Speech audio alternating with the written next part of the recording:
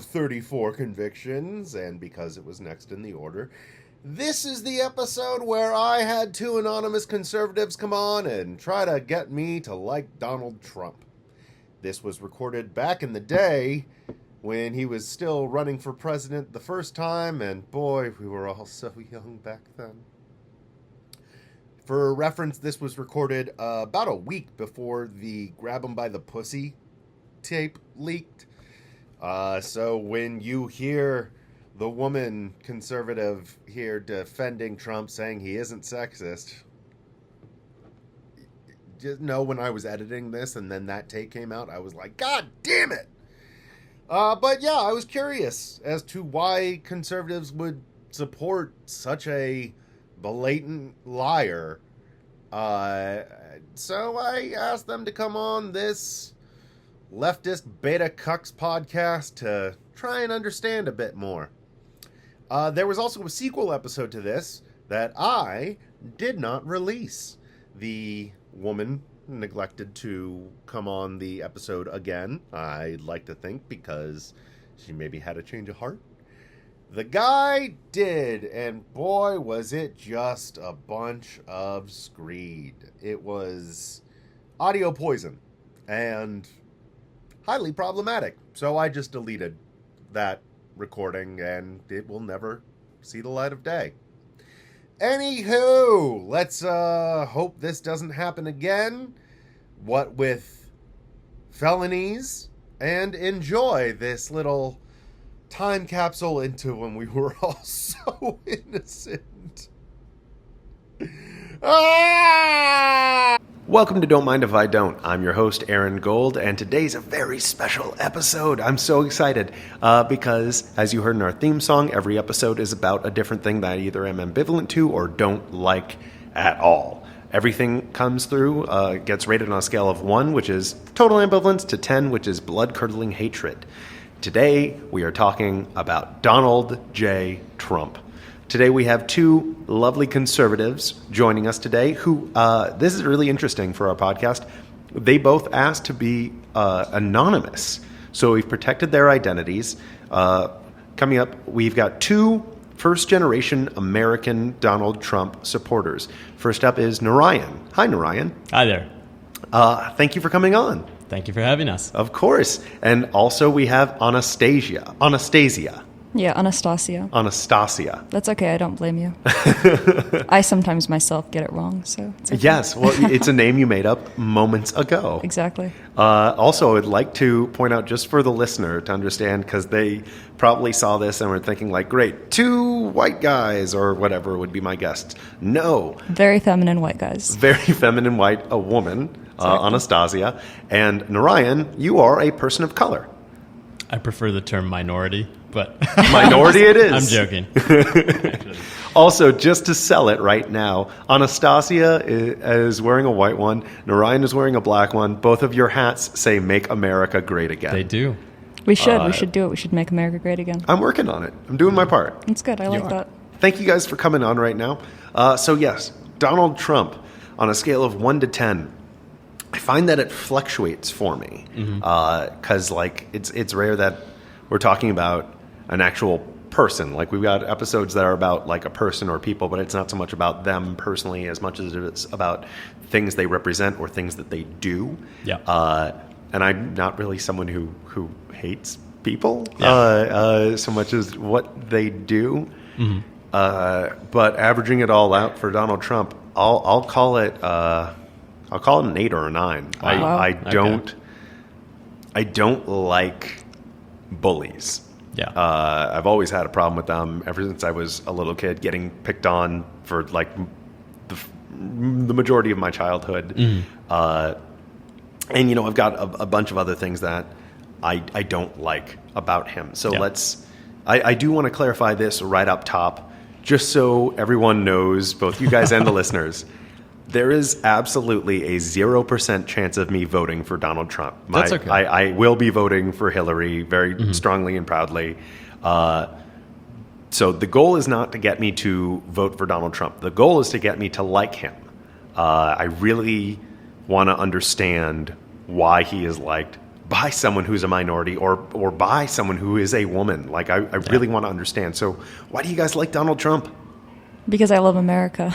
Okay, no, come on. That's a cop-out answer. You don't get to claim that. Let's go into more detail, because I love America too. Sure. So I love America, and I also love the fact that he loves America, and he's not afraid to say that he loves America. Okay, and, no one's afraid to love America. But here's the thing, though, is I think that we live in a world now where it is very not PC to say that you love America and you want to make America great again. Because I think if someone came out and said, let's make the world great again, people would be very on board with that. But when you make it just, let's make our country great again and let's be proud to be Americans, people actually are not very receptive to that. So I really do like Donald Trump because, I mean, I think economically speaking, he'll probably help and definitely will help a lot of people who are underrepresented, a lot of poor folks. But, I mean, bigger than that, he's actually bringing to light that we're really embarrassed of being proud of being American. So I'm really excited to support him because I love America, and I finally see a politician who's not afraid to say that he does too. Okay, I hear that. As the token liberal on this podcast, from all the talks, like I describe myself as a feminist. I also am very much pro the Black Lives Matter movement. All the people I've talked to who are involved with these things and who feel these passionate feelings, none of them hate America. They all love America, but it does have problems that they are pointing to. Yeah. But I want to know why you love America. Why do you love America, Don? Yeah, I know, right? No. Why? Yeah. So no, I mean, so when we actually have a mutual friend who's at NRI. NRI? And National Review Institute. And Gotcha. He and a lot of other people like them. They don't like Trump because they say, well, he's not conservative. He's not really a conservative. Someone like Ted Cruz is a conservative. And, my entire political consciousness, I've always described myself as a conservative. Lately, I've been describing myself as a nationalist. And that's a word that is sometimes used as a slur, like, oh, this is the rise of nationalism, It was also the first word in how Nazis described themselves. I mean, well, So but they would also describe themselves as socialists, but no one throws the Nazi thing around. Well, that one's there. secondary. Well, yeah. So I mean, what Anastasia was bringing up is that it's not really a mainstream political view to say that, and I think it's insane that this isn't the case. It's not really a mainstream political view to say that the primary beneficiaries of American policies, of the decision-making of the representatives in the American polity, should principally be the American people. And yeah, I mean, I noticed the face that you just made, and it was a quizzical one. It's a quizzical one, exactly. Yeah. And it's something that I've noticed defines my discontent with nearly every large policy decision that has been made for as long as I've been paying attention. I mean, the first thing I remember really in the American political milieu was like the Bush v. Gore debates. Yeah. I'm not that old, but yeah, I was a kid then. But I remember the early years of the Bush presidency. I remember the response after 9/11. And I had this sense that things were going off the rails because we were trying to fulfill the objectives of people who were not necessarily just regular American people. We were trying to fulfill objectives that were kind of extrinsic to the actual needs of the U.S. polity. What do you define as a normal American person? Yeah, I mean, probably not someone whose core national security interests lie in the invasion of Iraq. Okay. But we're in agreement also, there. Yeah, in agreement there, but probably also not someone whose core economic interests lie in the mass importation via amnesty and so-called comprehensive immigration reform, via the mass importation of unskilled labor into the United States. So people that are pro-immigration, pro-allowing our borders to be a little bit more open, you'd say those are not... Well, no. That's not an American so ideal. I wouldn't say that's not... No. What I would say is that broadly... I'm not trying to nail you. I'm just trying to understand. Of course. Yeah, okay, I'm trying to clarify.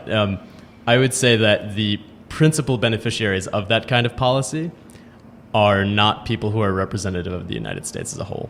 All right. Well, I don't want to spend all the podcast on that one issue because I'm very sure we could. Yeah.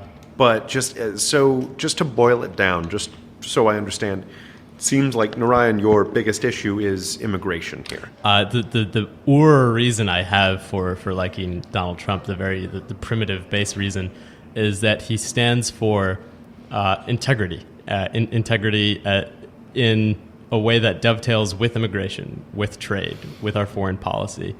I'm glad you brought up accountability, because it seems like Donald Trump has none, in my opinion. It seems like that, yeah. It all evidence points to, or you know what, that's a big generalization. Let's say a lot of the evidence I've seen points to that, the way that he'll, like, very blatantly, I know that all politicians lie. Mm-hmm. That's a thing that's to be expected, but on PolitiFact, I actually wrote it down.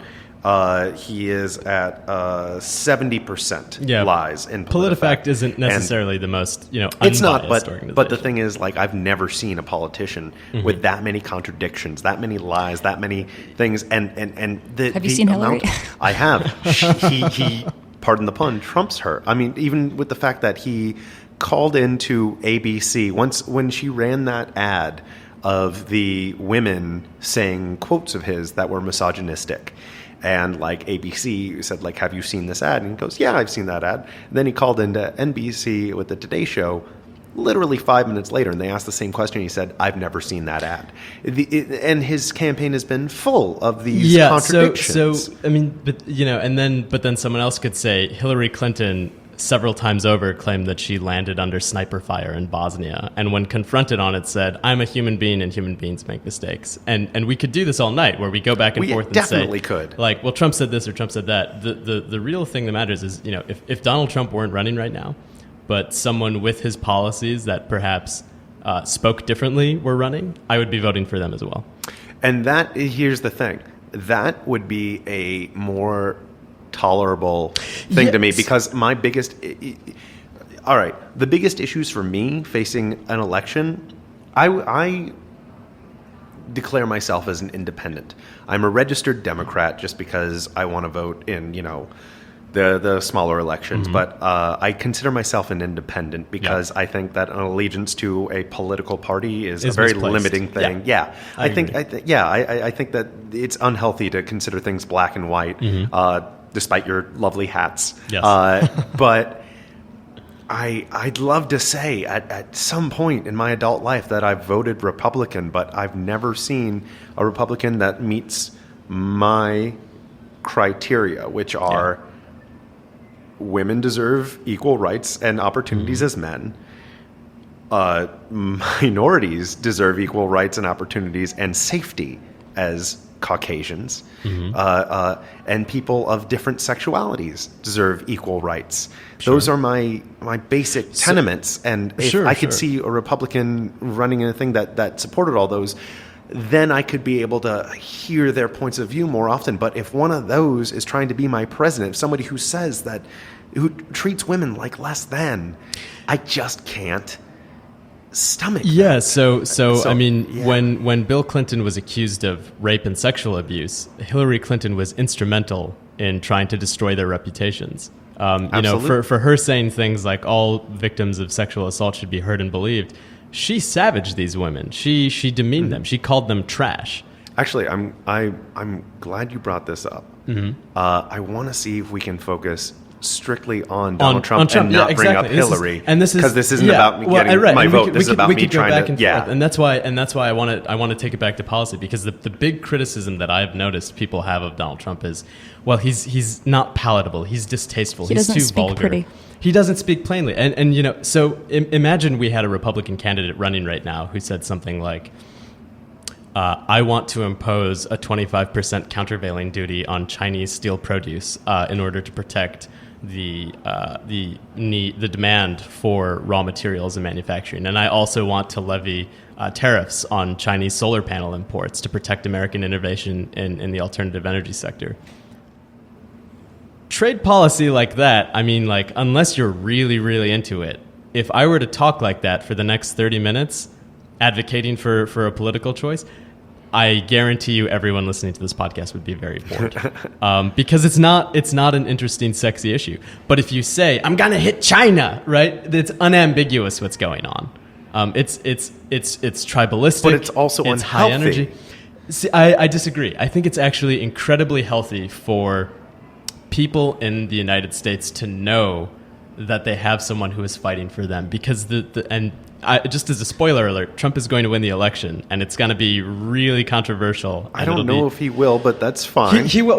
Well, yeah. I did get two people who could see into the future for a reason. Yes. So I'm glad you guys are here. Yeah. Well, it's a gift and a curse. But as a spoiler alert, here is a set of headlines that is not going to happen. A headline that is not going to happen is massive Latino outpouring of votes and voter turnout means Donald Trump is defeated in a bunch of swing states. College-educated whites in droves voted for Hillary Clinton, upsetting what is generally the balance of play in the electoral vote spread. That headline's not going to happen. What's going to happen is, NYT or Washington Post, actually Vox, I think, is going to be the one that does it because they've delved the deepest into identity politics. They're going to run a headline that says, working class whites, college uneducated whites went in droves to the Republican Party and flipped states like Pennsylvania, Ohio, Michigan, and Florida for Donald Trump. And of that two set of headlines, by the way, the second one are the ones that's going to be written. Which one do you think causes people the most discomfort? I think I think that depends on which people you mean, right? Because people, as a generality, is a lot more complicated. Which people who so I think that whites have a harder time being classified as whites. Okay, of the people who don't support Donald Trump, which of those two sets of headlines do you think upsets them more, regardless of the fact that Donald Trump is winning in the second one? I think, honestly, I still think it's the second one. It's the second one, yeah. And I would say the reason for the second one is that we've come to a place in American politics where it's okay for the material concerns and the social concerns and the cultural concerns of one huge segment of the population to be marginalized and forgotten about. So when who are you saying is being marginalized and forgotten about? I'm talking about working class white people. Across the board, every ethnic group, every socioeconomic group has lowering mortality rates except for them. Every socioeconomic group has increased economic mobility and prosperity except for them. Their suicide rates are spiking. And the response that, are you familiar with Louis C.K.? I am familiar with Louis C.K. I assume you are, yeah. I mean, the response culturally to their problems is basically to say, well, so what? The illegal immigrants are doing a job you don't want to do, but they do want to do it. They just don't want to be paid shit wages for it. The response is always a dismissive one. Are you familiar with the show Honey Boo Boo? Here Comes Honey Boo Boo? Yes, I've heard of it. I've not seen it. Do you think? Well, right. Yeah. I'm glad you haven't, because it's exploitative and demeaning. But these are all things that have been happening to minorities throughout America. It's finally happening to white people, and white people are saying, "God, no!" Well, and it seems like all minorities, and I can't speak for them because I am a straight white man living in New York. I'm also pretty tall, so that's not a classifying one, but it does help. Yeah. Like, I see. I think you overestimate how much you have in common with a poor white person just because you're white. I'll be blunt. I'll be as blunt as I can. I grew up around a lot of poor white people. They were all of my friends. And for a long time, I was not doing okay. In fact, economically, I'm probably still on that lower end. Well, I'm definitely still on that lower end. But like, so this is. I was trying to hint at this before. So Pierre Bourdieu has this concept of cultural capital, social capital. Right, and I want to wrap this up because I do want to hit a couple other things, but yeah. Yeah, and it's separate. It's separate from economic capital. It's not the same as economic capital.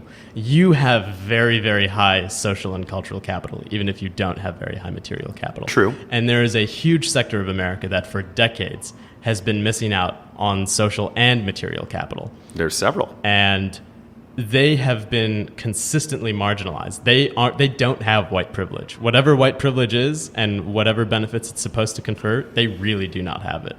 They don't have white privilege in certain aspects, but there are still certain aspects where they do. For example, like I even a lower class white person will walk into, if they still existed, and I use this example because I used to work for one for years, a record store, and won't get followed around by the employees immediately being assumed that they're going to steal something. Well, But neither will I, though, but I'm not white. no.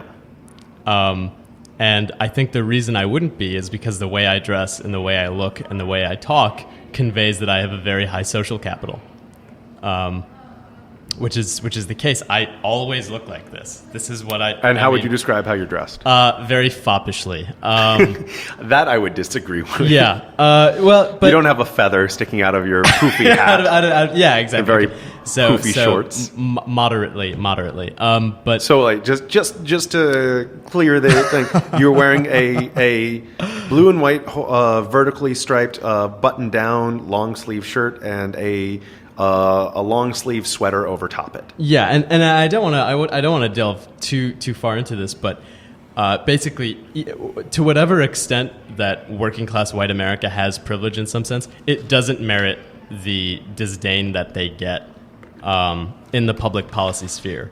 There are no poverty intervention programs that really address the problems of poor white Americans. They're the single largest group of impoverished people in the United States. Can I add on to that? Please. So I think one of the articles that Narayan sent that I really hope you read was the one about the environmental concerns. The one in Louisiana. Exactly. Yeah. So I think this really touches on the heart of the issue, because when you look at places like Louisiana or Montana, Alaska, Washington, a lot of these places or I guess Texas, these are the places where we're either transporting oil through these places, or we're trying to drill for oil, or we're doing a lot of things concerning natural gas or resources.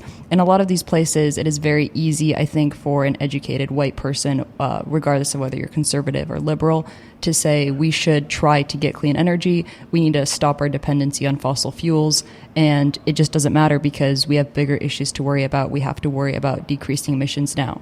And I think it's really easy to say that, but when you actually go to the people that are affected by these issues, people that don't hate the environment, people that love the environment, people that are losing the environment around them, is the article that the people in Louisiana that they were talking to said, yes, the environment around us is crumbling, but we need to pay our bills and we need jobs, so we are okay with that, and we still don't trust the EPA. That's what's really funny to me, is the environment around them is crumbling, they love the environment, they need jobs in order to survive, and they still don't trust the federal government to take care of that issue. Yeah. So I think this points to a few different things. It points to the fact that when liberals propose policies about clean energy, I don't think that poor white people are not okay with clean energy. I think that they realize that if these mines get shut down, or if we stop drilling, or if we stop transporting and we take away all these jobs, they're not going to be able to send their kids to school. And that's sort of an issue that's really interesting to me, because I think that it's always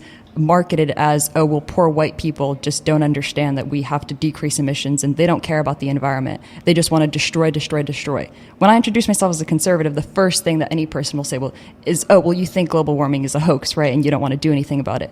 That's completely on the contrary. I would love to do something about it, but I've yet to see a federal policy that would actually address that issue. That would still keep the economy. Exactly. And I think what's really interesting about these poor white people that are being marginalized is a lot of them are the ones that are, and it sounds funny. With a better term than poor white people, well, because that's what's interesting, is we can't even say it with a straight face, I guess, because we don't actually think about the people who are actually the ones that are they're actually the ones that are bringing in these natural resources, and they're the ones that actually rely on the jobs that make our country so great. We don't actually think or talk about these people. It's much easier to just say, oh, okay, we're just going to make it an issue about native land, or we're going to make it an issue about clean energy. We're going to talk about anything but the poor white people that rely on this natural gas or whatnot. So, I think that Narayan pointed to what seems like a really nutty, but kind of is one of the reasons I think that Trump is really loved by a lot of people, is because these poor white people who not a lot of people want to talk about or even think about, he's actually talking to them and really listening to them. And for the first time, they feel like a president actually cares about them. Real quick, I wanted to talk about this up top, but we immediately jumped into it, which I kind of loved. You both are having your identities protected right here. Both, names are protected, as well as we're even debating how we're going to protect your identities for the photo that we put out along with the episode. Why? Because the left won the culture wars and became incredibly regressive. If I had to define what a mainstream political thought is, it would be one that you could hear on a college campus. It's one that you could hear from a news anchor. It's one that a corporation could back. And the left really did win the culture wars and decided to create this religious apparatus around social dogmas that you just cannot violate. There's almost religious intolerance to intolerance. To what they say is intolerance. True. Because it also manifests in the left making constant apologia for Islam, for instance. If ever there was a boogeyman for the left, it should be a tradition that is completely anti-gay, violently anti-gay, violently anti-women's progressivism, violently anti-religious minority, often dovetails with Pashtun and Arab nationalism, which is super, super toxic in how they deal with ethnic minorities. And yet, the religious dogma of the left, for various reasons, says, well, no, there's no problem. And in fact, you can't criticize it at all or you're an Islamophobe. In fact, you can voice no discomfort about it or you're an Islamophobe. And if you're in a workplace, if you're in a school zone, I mean, you can get fired from your job. You can get expelled from a university. As a liberal who has had conversations like this before, I will have to disagree with you there. It's on... More often than not, it's on the generalities of all Islam and not Islam as a whole. A lot of Middle Eastern religions. I've been to Israel, and I was extremely perturbed by the intolerance towards homosexuality and the women know your place mentality there. And I'm vocal about that whenever. I'm not saying that there aren't Orthodox Jews who are like that. What I'm saying is.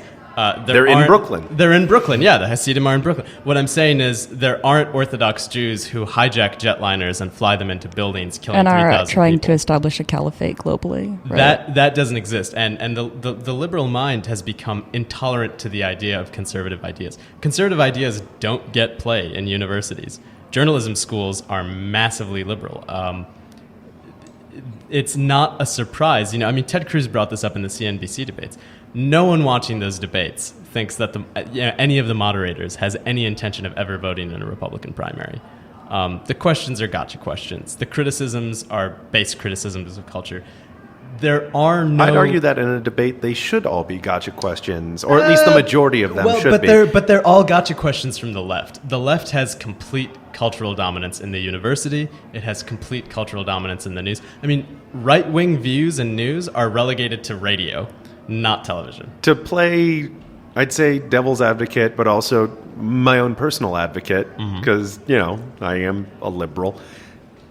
You say, it's universities, you say it's journalism. Those are both. One of those is an institution dedicated towards expanding consciousness and intelligence. The other is an institution dedicated towards sussing out the truth. And we also have the science community. We also have the arts community. That's because these things that are designed to expand your consciousness, to look at your own actions and see how you can be better. To see how you can be better, and because liberals will admit more often than not that they are wrong. That's not true. And then grow. I will push you back on that entirely. That is completely untrue. Liberals are actually not. So Jonathan Haidt is a professor at NYU, and he publishes a lot about... Haidt is spelled H-A-I-D-T, and I think you should look him up.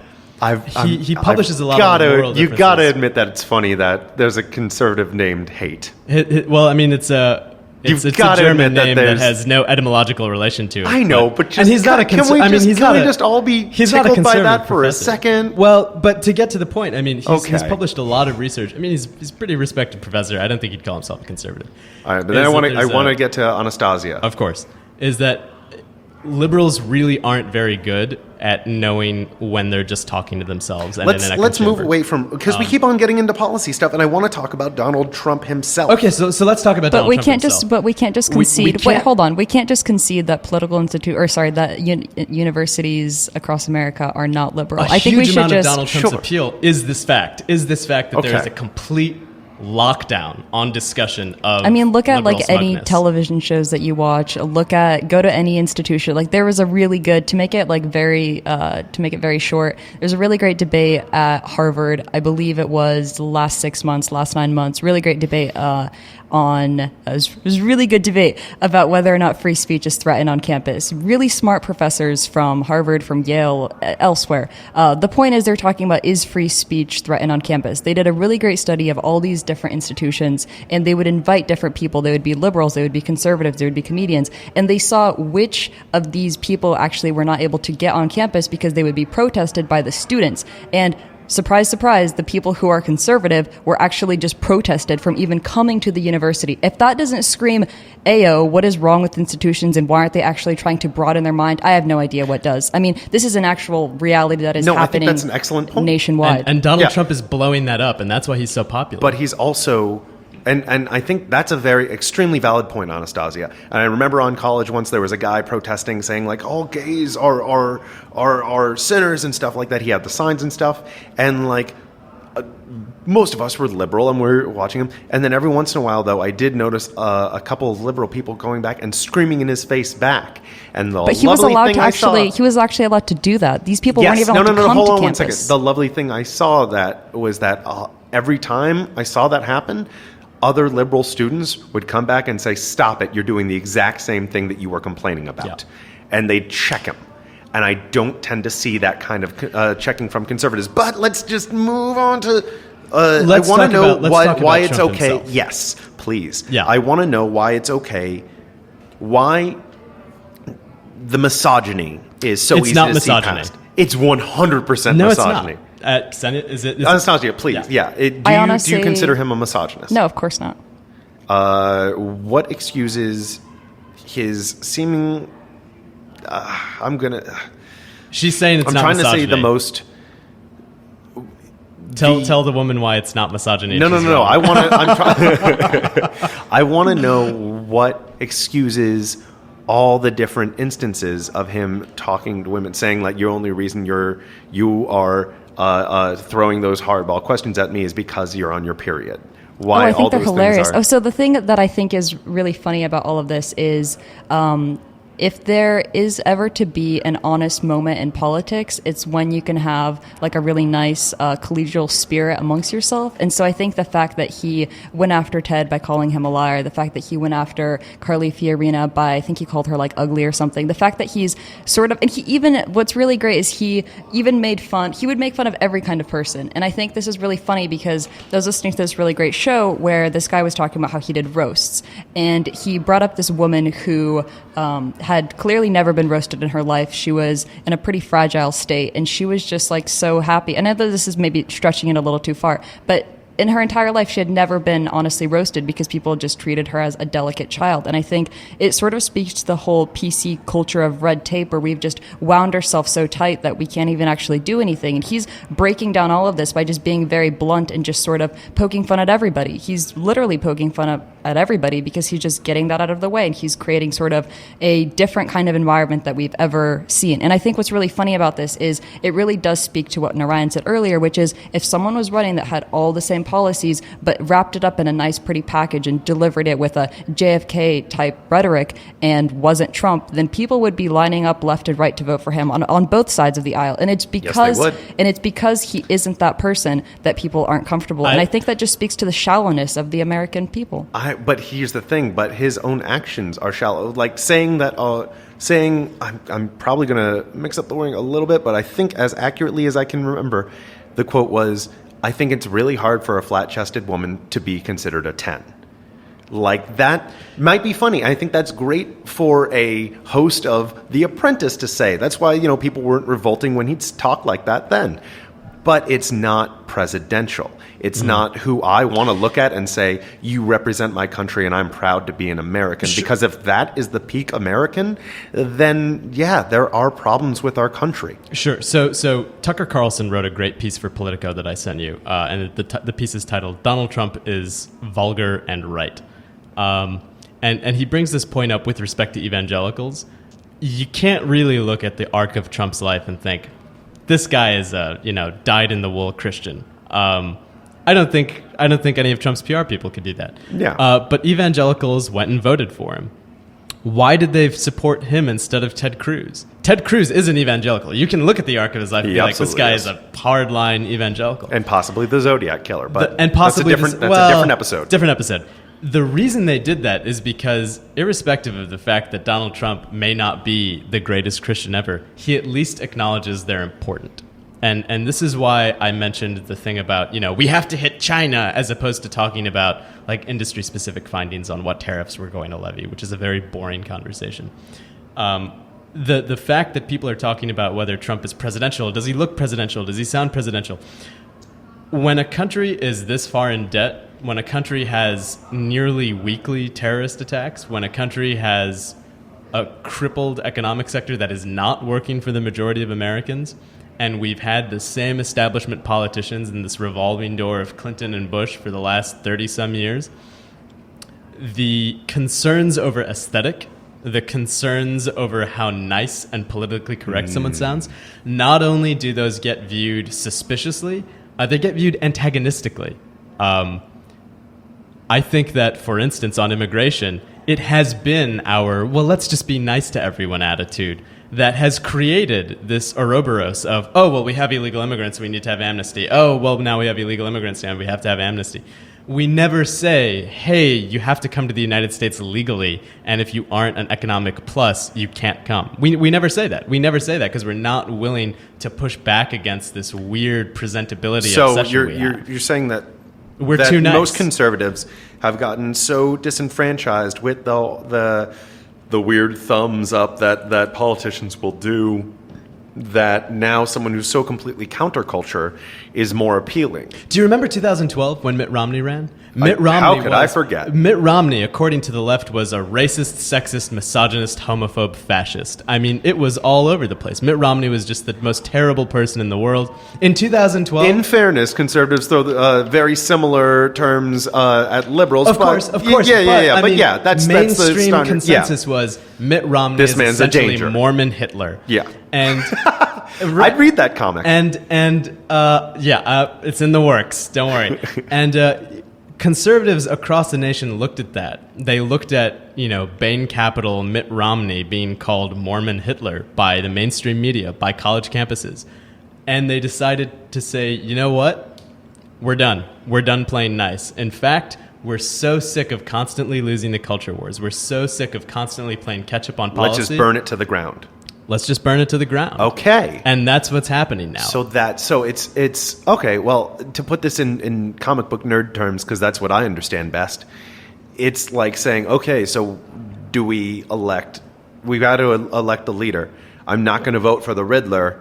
I'm going to vote for the Joker. Someone who will burn the whole fucking thing down, I think but at least will be funny while doing it. I see that's the thing. Wait, Anastasia, you were saying something? I just want to take 3 steps back from burning it to the ground because I was recently informed that there is a law in New York State where in schools, if you don't say nice things to people, you can get suspended for 2 months, that is. So it's 2 months of your education that you're getting taken away from before the age of 18 when your brain has actually not fully formed itself and you actually cannot be, in a court of law in most cases, be held culpable for actions. You are denied 2 months of your education because you didn't say something nice. So I think what this highlights is when Trump says things that are not appropriate or not okay, as people say he says, what I think that really does is in the same way that a presidential election will then set up what happens in the midterms or whatnot, what it's really setting up, it's setting up America to stop being so afraid. I think we're afraid to speak to each other. We're afraid to make jokes. I mean, people on the left and on the right probably both like Zizek. They think he's very funny and really bright.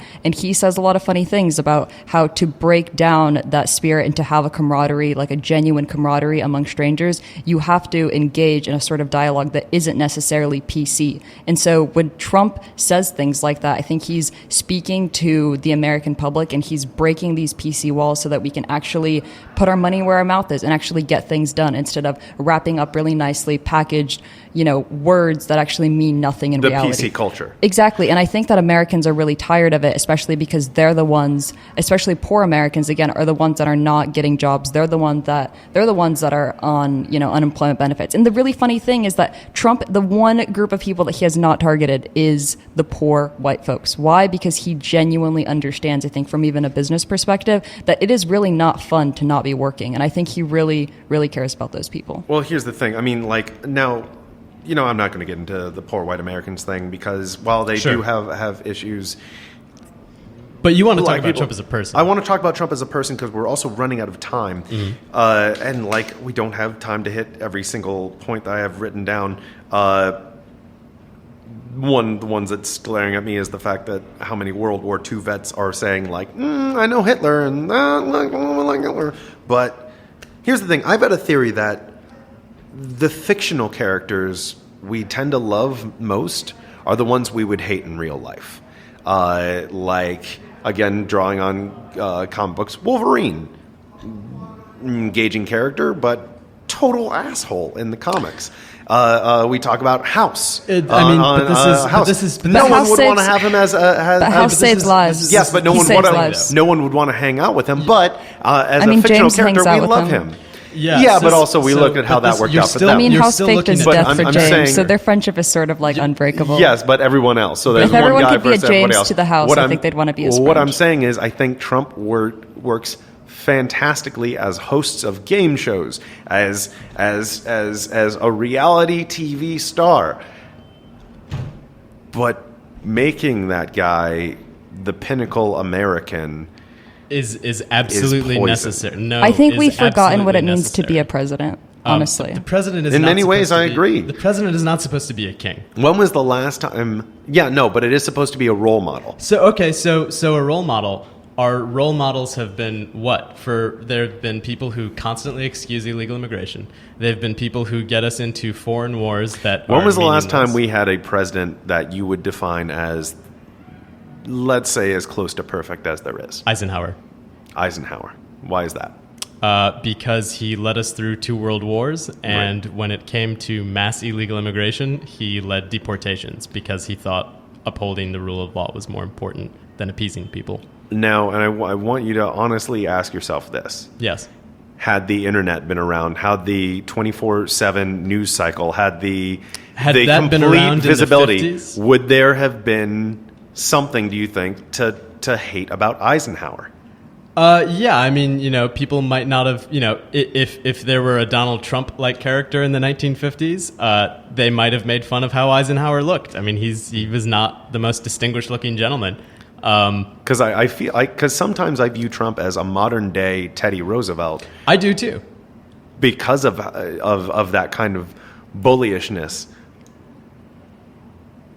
And I wish we could have had that 24/7 news cycle and that kind of stuff around the time of Teddy Roosevelt to see how much his personality weighed in. Because I think have you ever read about what the founders said to one another when they were running for office?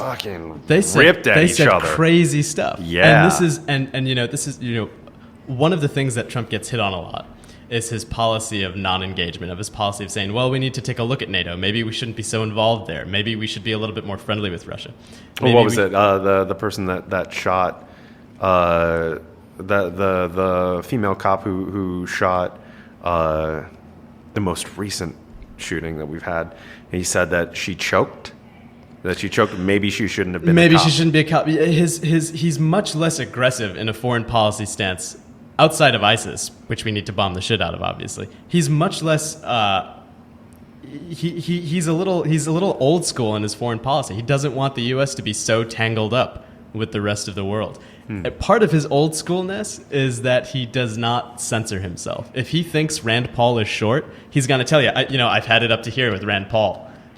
If he thinks that Marco Rubio sweats a lot, he's going to throw water around on a stage. He is smashing this cocoon of self-righteous decorum that has evolved and smothered American policymaking. By being more self-righteous. By being... Than the cocoon. By shattering the scale on a 1 to 10, he's going to a 30. He's like the kid that's saying the emperor has no clothes, but he's not just doing that. He's saying the emperor has no clothes and he has a tiny dick. Trump is completely smashing this cocoon of political correctness that has smothered American political discourse for years, to the benefit of a very small number of people, to the benefit of big banks, to the benefit of the defense establishment, and to the benefit of the poor white man. Well, not really, not to the benefit of the poor. NAFTA isn't to the benefit of the poor white man. The TPP isn't to the benefit of the poor white man. Constant illegal immigration amnesty is not to the benefit of the poor white man. I would argue it's not to the benefit of the poor black man either. I would argue mass importation of unskilled foreign labor is not to the benefit of any American worker. Or you could say the same with H-1Bs. A massive influx of foreign coders is not a great thing for American CS graduates. And we keep ignoring these issues because we've become obsessed with the presentation. We've become obsessed with the political language. We've become obsessed with appearances. And Trump is burning all of that down and really saying, here are policies you've never heard about because the left won the mainstream culture wars. Consider these policies. Well, here's one thing. How is it tolerable that he won't disavow the KKK? He has disavowed the KKK. He's done it repeatedly.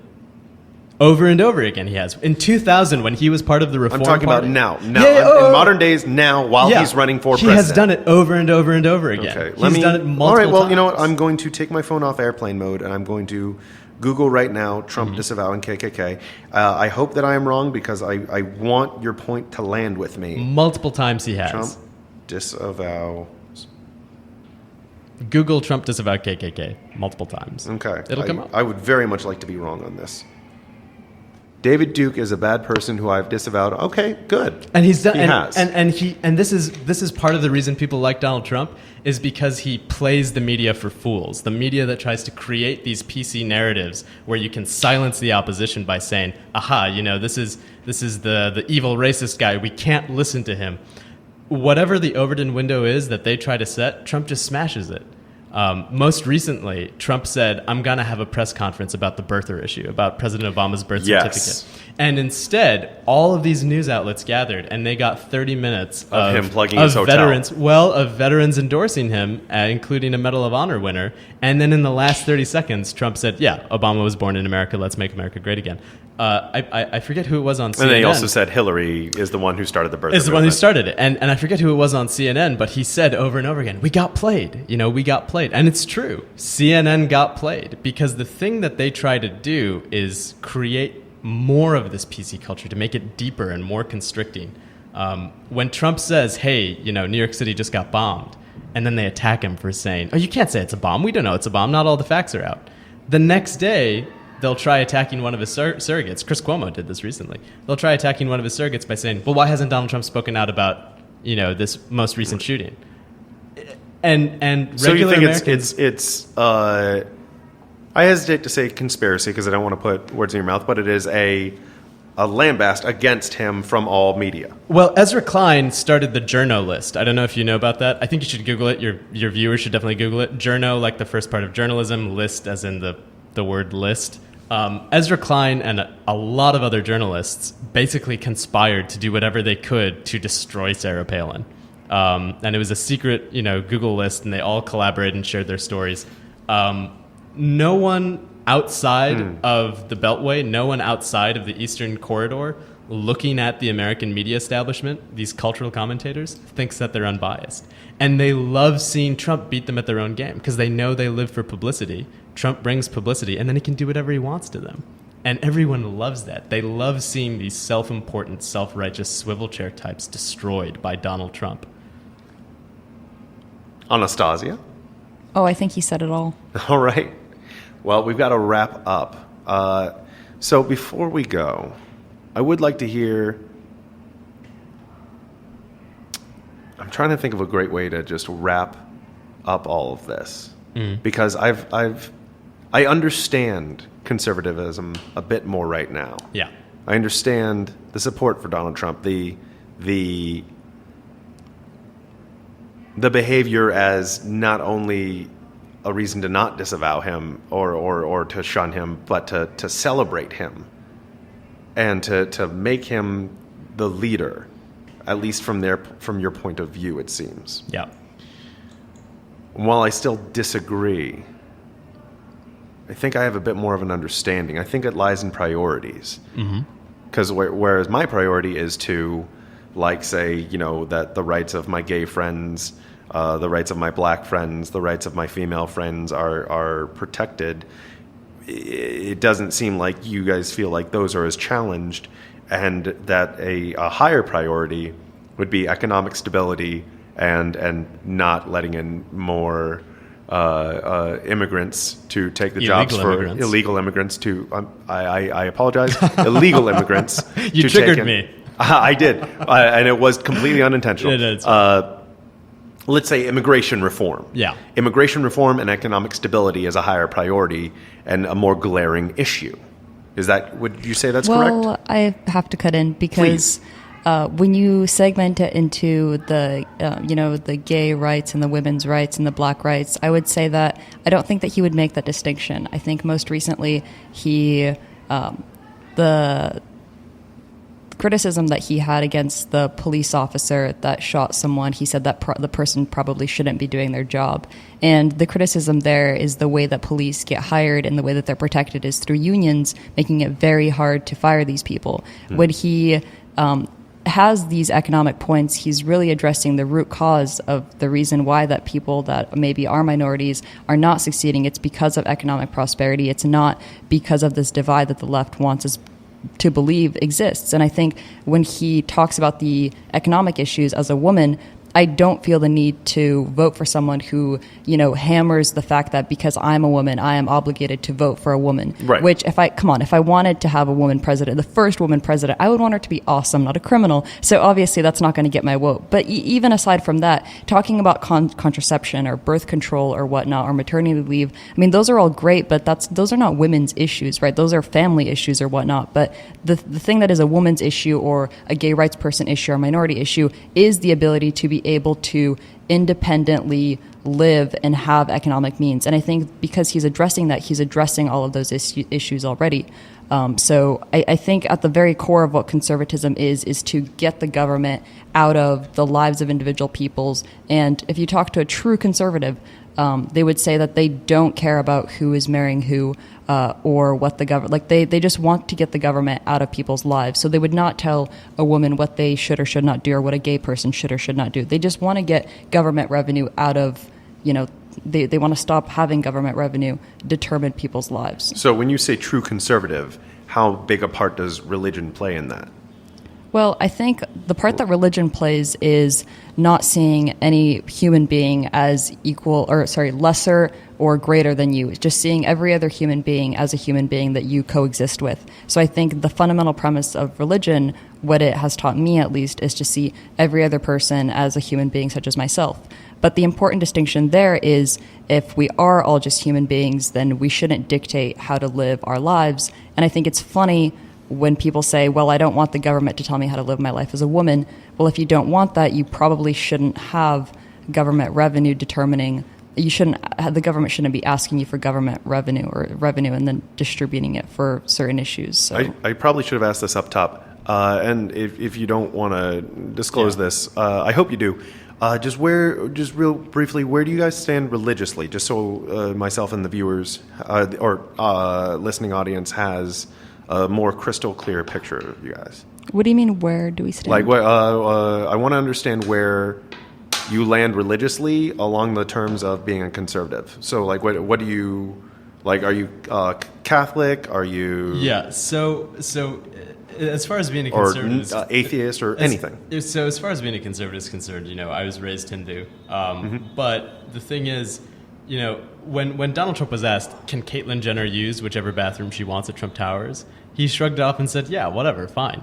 He doesn't care. He said she can use whichever one she wants. He really Great. He does not care. And the reason he doesn't care is because for conservatives, true conservatives, and I think Anastasia was hinting at this, social norms are dictated by society, not government. That's not government's job. And progressives have created this world in the university through institutions and employers through institutions and politics through institutions where these big institutional powers tell us how to live our lives. Tell us, you have to accept this, you have to accept that, you have to be nice to these people, you have to be friends with these people. People don't want that. They really don't want that. And they don't want to even care about it.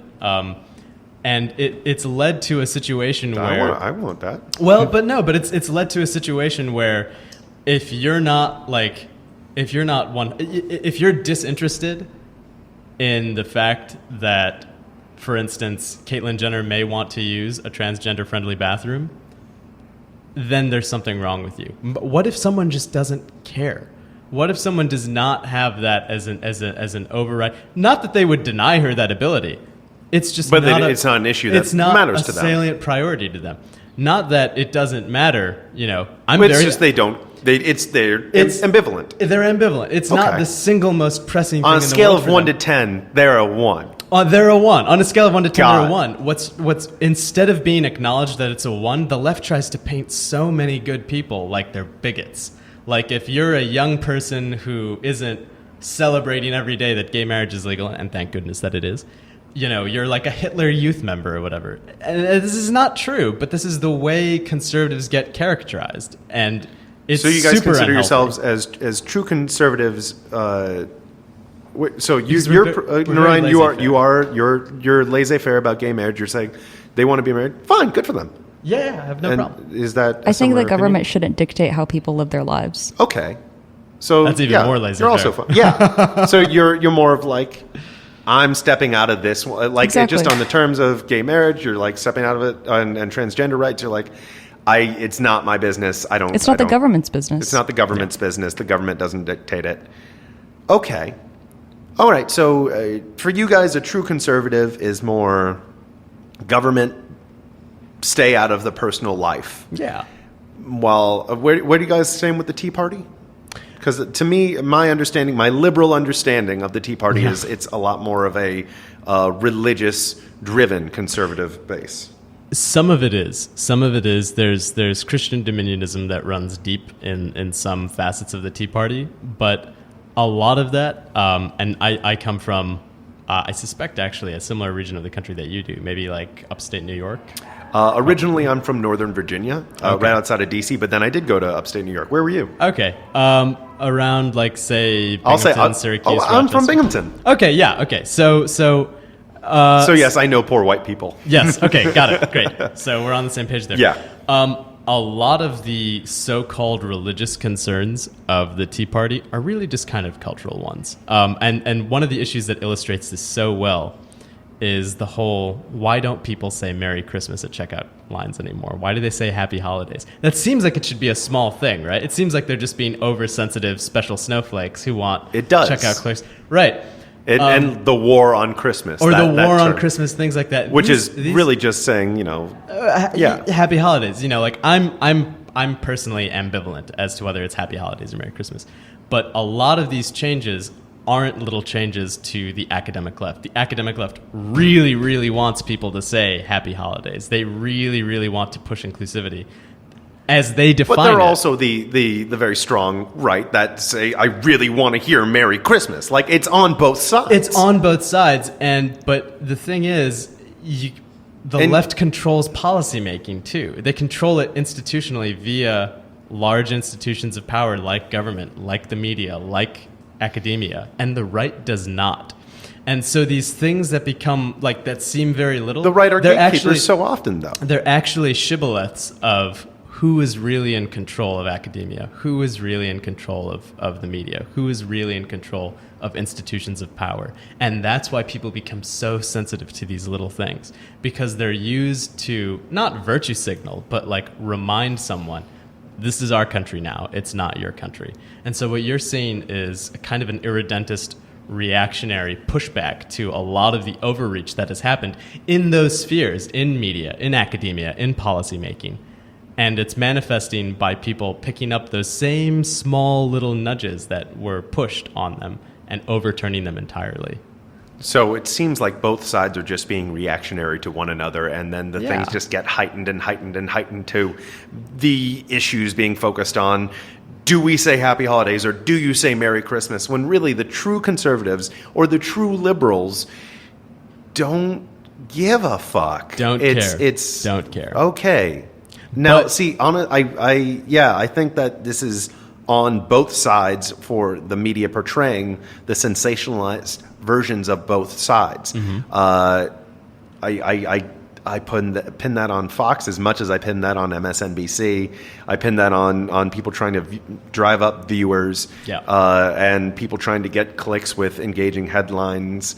It's all so sensationalized. But I think the big takeaway today is don't come in with your guard up and just talk to somebody and hear and listen, because you probably have a lot more in common than you realized. Or you probably don't care as much as each other on some of the things. Yeah, I would go with the second one. All right. The more you know star is flying right above our heads. Yeah. All right, so to wrap it up, if I started with my opinion of Donald Trump being at an 8, I understand the support of him a lot more now. The sensationalized things are pushing back on how I feel like conservatives and true conservatives and sensationalized conservatives alike feel like his anti-PC-ness is a retaliation on how stifled language has become, and how rigid the ideas of what a president has become. So it's a shakeup of the system. So Donald Trump is a product of this pushback. That I understand him a bit more. I still don't want him anywhere near a policy-making thing, because he does have a temper. He reminds me of still a bully, and I'm honestly, like, Hillary is not perfect. I was a Bernie guy, but Bernie is out, and Bernie said, "Listen, guys, vote for Hillary." And I understand Bernie or busters, but the thing is, when our guy is saying vote for her, and you did support him, then you listen to what he says.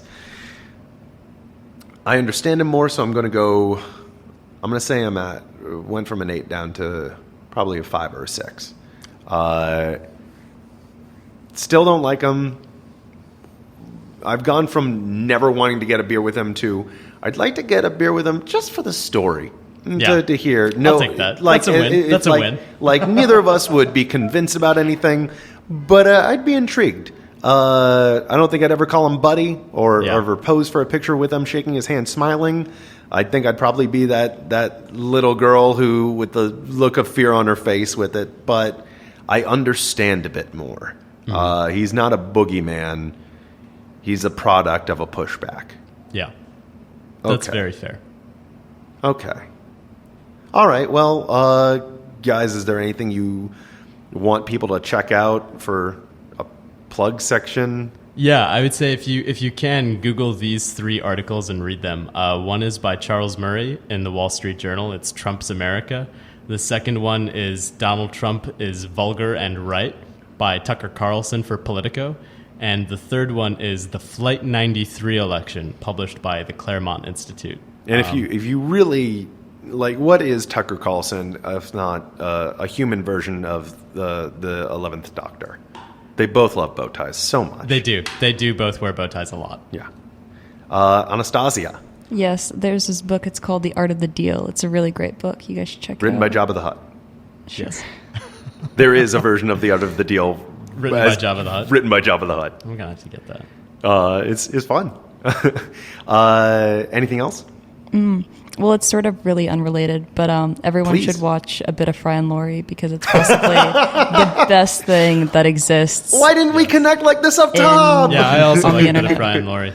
We were talking about language. We brought up House also. We brought up House, yeah. Great. I'd like to plug, as always, Grant, the co-producer of this show, who's been keeping things moving along, and this is blatantly our longest episode. Yeah. But I think it kind of needed to be.